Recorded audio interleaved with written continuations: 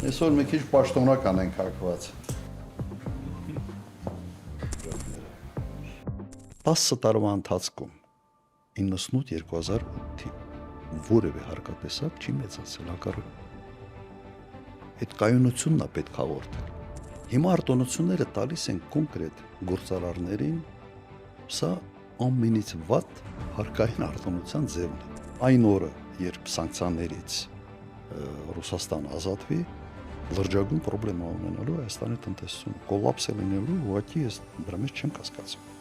Ամեն քաղաքացու վրա ներառյալ նորացին քաղաքացին մենք ունենք $5,000 չափ պարտ։ Միջին ընտանիքը $20,000 չափ պարտ։ Եվ ամենից մեծ խնդիրը հետևյալի մեջ է,